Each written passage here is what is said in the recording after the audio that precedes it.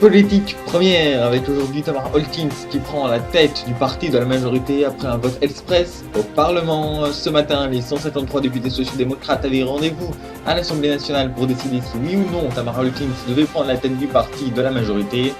Et l'ancienne présidente de l'Occitanie a été élue à l'unanimité des voix et ainsi la nouvelle secrétaire générale du PSD. Depuis 2 semaines, il y a urgence au PSD qui se voit cerné par les soupçons de corruption et la démission de son ancien secrétaire général Alessandro De Vieira n'a rassuré personne. C'est le choix de la dernière chance, nous confiait Audrey Baron, ancienne députée PSD, aujourd'hui commissaire félicienne à la culture et à l'éducation. Le parti est au bord de l'implosion et seule une figure forte comme celle de Tamara Holkins peut ramener le calme dans un parti déboussolé et affolé de toutes parts, concédait lui un représentant national du PSD. Tout le monde dans le parti sait que c'est sa survie qui est en question, car si personne n'essaye de lutter contre la corruption, elle risque de détruire le parti de l'intérieur. En plus, laisser le parti majoritaire sans leader entrave l'ensemble des travaux parlementaires, mais aussi pour préparer les élections féliciennes, régionales et galloises à venir. Le parti était donc dans l'obligation de répondre au plus vite. Accepté hier, voté aujourd'hui et entré en application dès demain, la rapidité de la procédure pour introduire Tamara Holkins dans le PSD est totalement remarquable, mais témoigne surtout de la volonté de l'exécutif de passer à autre chose.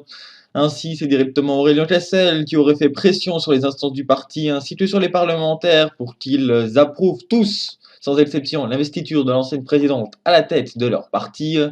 Resté très discret depuis le début des scandales, le président ne serait en effet jamais loin des décisions, il serait très attentif à toutes les affaires de son ancien parti. En effet, un président en exercice étant considéré comme étant sans parti. De plus, les signatures autour de la pétition ne pouvaient qu'encourager Aurélien Cassel à tout faire pour que cette histoire se règle au plus vite. Tamara Holkins ne pouvait pas être meilleure candidate car elle est complètement détachée de la vie politique polarienne et elle a également beaucoup d'expérience. C'est justement ce regard neuf qui est censé pouvoir sauver le Parti social-démocrate, principal parti du Polaro.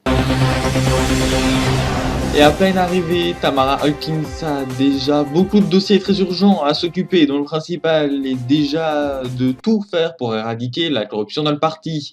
De nombreuses instances locales sont critiquées et beaucoup redoutent l'implication de membres du Conseil national. Elle devra donc faire le tri parmi tous les élus. L'ancienne présidente devra aussi armer le parti face aux prochaines échéances électorales, dont notamment les élections régionales qui avancent à grands pas. Le PSD doit aussi se battre pour le second tour des élections de Galax, reporté ce dimanche, même si le scrutin risque à nouveau d'être reporté à cause du climat politique extrêmement instable. Enfin, elle devra tout faire pour redorer le blason du PSD souillé après toutes ces révélations. Tamara Holkins doit donc réussir à sauver le PSD de l'implosion, mais c'est plus globalement tous les partis politiques polariens qui sont actuellement en crise. C'était votre politique première.